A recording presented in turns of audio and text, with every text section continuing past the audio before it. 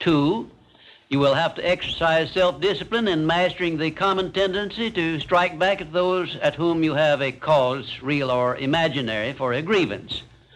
You must remember that everything you do to or for another, you do to or for yourself, because your every thought and every act which benefits or injures another person comes back to you in kind, greatly multiplied.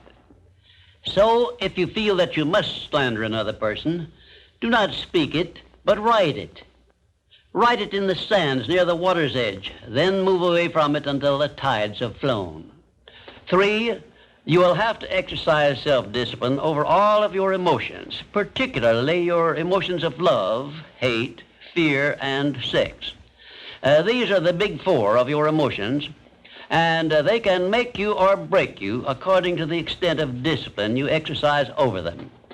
4, your mental attitude needs discipline and control at all times. Lacking this discipline, it can, and it often does, drive away friends, destroy opportunities to get ahead, brings on physical and mental illness, develops stomach ulcers, and makes peace of mind impossible.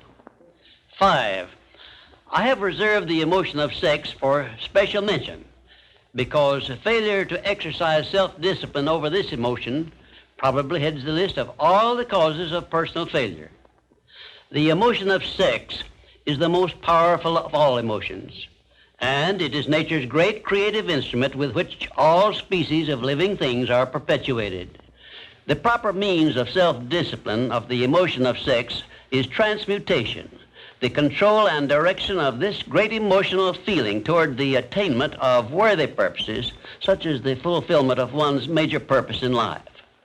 The great leaders, artists, orators, industrialists, and professional people have learned the art of sex transmutation through the proper system of self-discipline. Because of the delicacy of the subject of sex emotion, I am limited as to the information I can give you about it on this visit, but I have covered the subject much more in detail in some of my books. And 6, your stomach also needs discipline through the proper habits of dieting and fasting, because information on dieting and fasting should come from your own doctor. I will not go into details concerning them, except to call your attention to the need for knowledge on this subject. Personally, I attribute my sound physical health mainly to the habits of dieting and fasting, which I have developed through the years.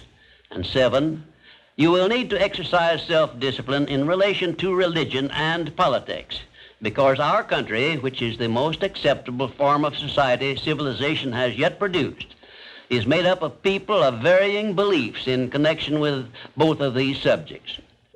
To be happy and prosperous in our country, we must learn to live and to let live, to give others the privileges we ask and demand for ourselves. And this often calls for strict discipline over self.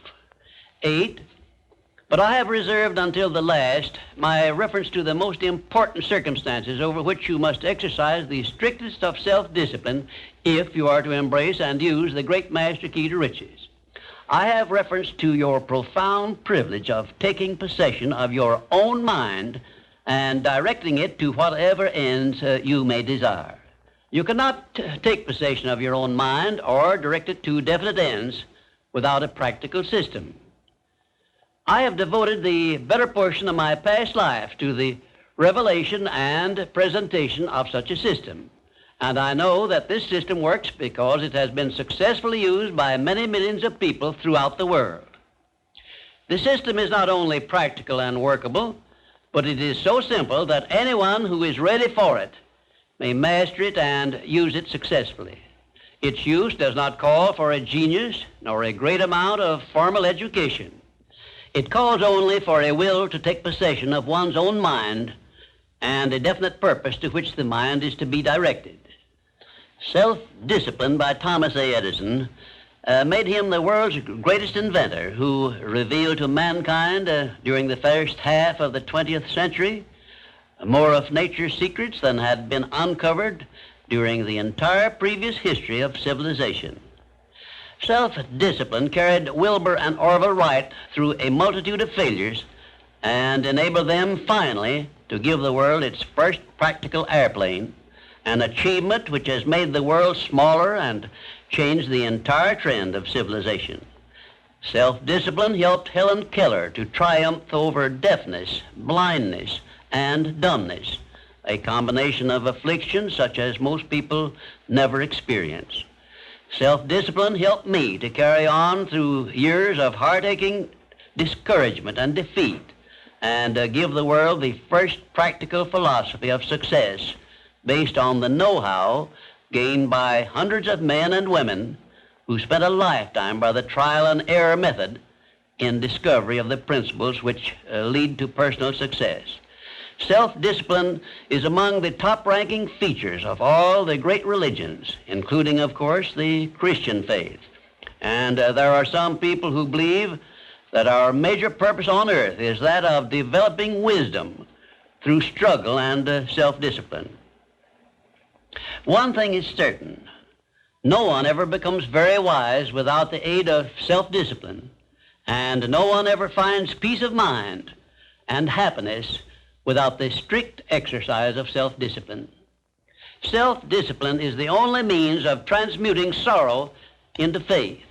It is the only means by which we may transmute hatred of others into the milder emotion of sympathy for them. It is the only means by which we may reveal and profit by the seed of an equivalent benefit which comes with every adversity and every defeat. It is the only means by which we may shut out of our minds the deadly effects of past experiences of suffering and unpleasantness. And it is the means by which we may discover that other self we carry around with us, that self which has great capacity for belief and does not become influenced by failure and defeat. Self-discipline can give us freedom from the fear of death, the most difficult to master of all of our fears. It can free us from the disease of hypochondria, the fear of imaginary illness with which so many people suffer and sometimes die. Self-discipline is the means by which we may think our own thoughts, live our own lives as we wish to live them, and remain forever free from the evils of fears and limitations which we have inherited from the dark ages before the dawn of civilization. The Creator never gives one an asset or benefit without passing along with it the means by which it may be embraced and used. Self-discipline, therefore, is the means by which the Creator provided us with a method of embracing and using the only thing over which we have unchallengeable control, the power of our own thoughts.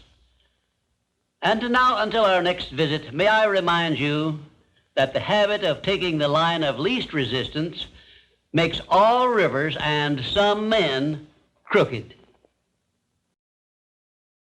Well, this brings us to the 7th visit, and I hope to hand you the master key to success before I finish, because my subject will lead you so near to the master key that you will be apt to recognize it. As I have suggested in previous visits, a positive mental attitude can clear away all obstacles which stand between you and your major purpose in life.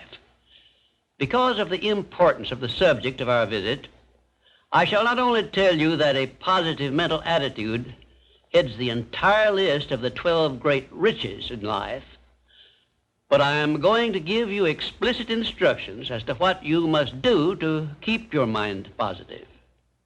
In all the success books I have written, I have never suggested to my readers what they should do without clearly telling them how to do it.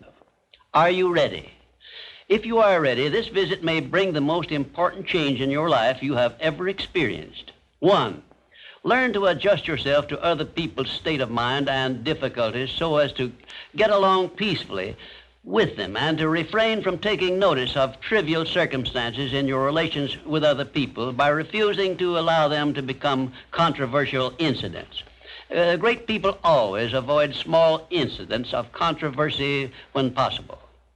2, establish for yourself a definite fixed system of conditioning your mind at the beginning of each day so you will keep it positive under all circumstances. 3, Learn the art of selling yourself to other people by indirection, such as asking leading questions, which will bring out the sort of reactions from others which you desire. And do not permit yourself to be drawn into argument over unimportant subjects. 4, adopt the habit of having a good hearty laugh every time you become irritated or angry, and it will help you if you begin each day with 1 minute of hearty laughing. This will change the chemistry of your brain and start you out with a positive mental attitude. However, you had better get out of sight when you take your laughing exercise. 5, start each day with an expression of gratitude for all the adversities, defeats, failures you have experienced in the past, and search for the seed of an equivalent benefit these have yielded you through the passing of time. Then give thanks for the blessings you expect to receive during the day. 6, learn to concentrate your attention on the can-do portion of all of your problems and desires, and start action where you stand in carrying out this portion. No matter what may be your problem or your desire, there is always something you can do right now that will help you. Find out what this something is and do it. 7, learn to transmute all unpleasant circumstances into immediate action which calls for a positive mental attitude, and make this a fixed habit. For example, when you are angry, switch your mind to some sort of action in connection with your hobby or your major purpose in life, and keep it busy with that subject for 5 minutes. 8, recognize that every circumstance which influences your life, whether it is a pleasant or unpleasant circumstance, is grist for your mill of life, and so use it to make it pay you dividends in one form or another, remembering meanwhile that your strength grows out of your struggles. Follow this instruction, and you will soon learn that there is no such thing as an unprofitable experience.